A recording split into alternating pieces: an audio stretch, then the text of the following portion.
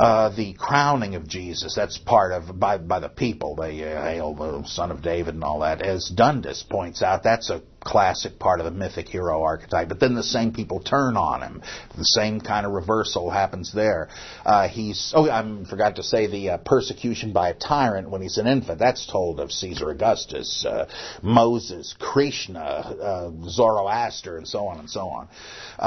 The Passion narrative, that's most like the dying and rising God thing. But even if you secularize it and have him stand trial before the Roman procurator, there's a very similar one in Apollonius's life, where he's made to stand trial before the Emperor Domitian and miraculously gets out of it. The notion of post-mortem appearances, Romulus, who vanishes during a battle, no one can find any trace of him. He appears several times to the senators and others, and he says in one version, "I've now become the god Quirinus." In another one, he said, "I was a god and came to earth." But in any event, they say he was a king of Rome, and he said, "One day Rome will become a great empire if you guys go forth and spread my worship," and so on. Apollonius even appears in a doubting Thomas story to one disciple who just cannot believe in immortality and figures even the sage is dead, even though he's ascended bodily into heaven. And Apollonius appears to him, though no one else can see him, and convinces him that indeed he's immortal, and so will the disciple be. The empty tomb stories, you find a few of those in contemporary novels, like Cariton's Kyrios and Calirrhoe, where this guy's lover has been killed, he thinks, though she's only in a coma. She's been prematurely buried in an opulent tomb, and he comes to visit, but in the meantime, the tomb robbers, seeing that it is a rich person's tomb, figure there must be all kinds of goodies in there they can steal, so they open it up, and she's reviving, and they don't want a witness left to their theft, so they kidnap her. Here come her friends and relatives to find the tomb open, and the grave clothes left there, and says, "Oh, the gods have taken her up. They were jealous of me and my love," and then he realizes that no, she's just been kidnapped, and goes off to find her. And in the course of the adventure, he gets crucified but survives it. And the same thing happens in a few more of these novels all around the 2nd century.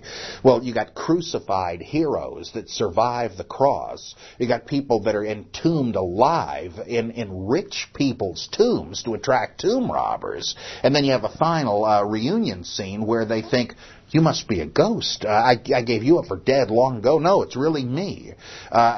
You begin to think all of this stuff was well known. These are popular novels and popular myths and so forth. Is it pure coincidence that this stuff shows up in the Gospels? I don't think so. I just don't see how you can say, "Oh, no, none of that matters." I'm a big comic book fan. Suppose you said, well, Batman, the Martian Manhunter, the Green Lantern, well, these are clearly just fiction, but Superman, now that really happened. There's just no reason to think that. They're all comic books. And so I just see the same thing. In fact, there's this great 60s story about Superboy. He somehow gets a hold of a history book from the future. He can travel through time. And he sees in this history book that they say, well, there used to be many fantastic characters of folklore that never existed. Santa Claus, William Tell, Paul Bunyan, and Superboy. Hey, what's this? And so he goes into the future to demonstrate to these people that he was a real historical figure. Though the joke's on the reader, right? Because there wasn't a Superboy.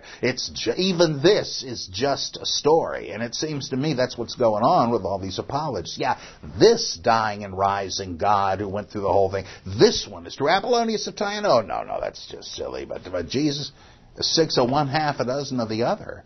I don't think it would be better if there were no Jesus. It's a matter of indifference. And there might have been, but it just seems to me the burden of proof is on the person who would say that there was, because it's just special pleading again. You want special treatment for your favorite savior. I mean, why are there no Mithraists or Apollonius of Tyana advocates out there making these cases? No, it's only representatives of fundamentalist Christianity.